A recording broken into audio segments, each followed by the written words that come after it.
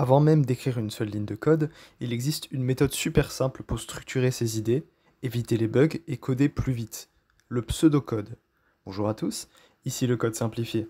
Dans cette vidéo, on va voir ce qu'est le pseudocode, pourquoi c'est super utile et comment l'écrire correctement, que vous codiez en Python, Java, C ou n'importe quel autre langage.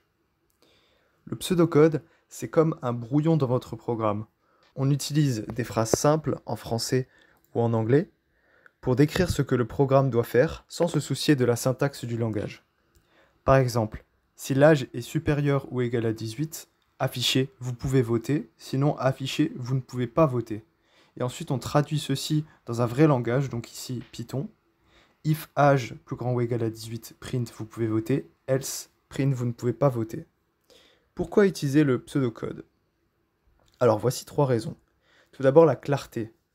On pense à la logique sans se perdre dans les détails techniques. Il y a aussi la planification.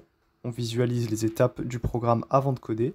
Et enfin la communication, car c'est idéal pour collaborer avec d'autres personnes, même si elles ne connaissent pas le langage. C'est comme écrire la recette avant de cuisiner.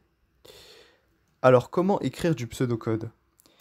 Il n'y a pas de syntaxe officielle, mais voici quelques bonnes pratiques. Être clair et simple, utiliser des verbes, par exemple vérifier, afficher, répéter.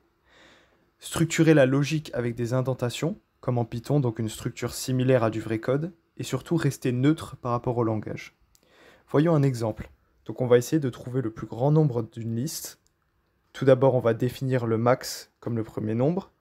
Pour chaque nombre dans la liste, si le nombre est supérieur à max, on définit max comme ce nombre, puis on affiche max. Le pseudocode, c'est un outil simple mais puissant. Il vous aide à penser comme un développeur avant même d'écrire du code.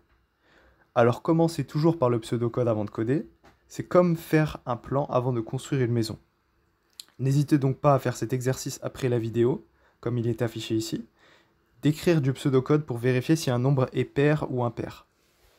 Si cette vidéo vous a été utile, n'hésitez pas à laisser un like, vous abonner et me dire en commentaire si vous voulez d'autres vidéos sur la base de la programmation.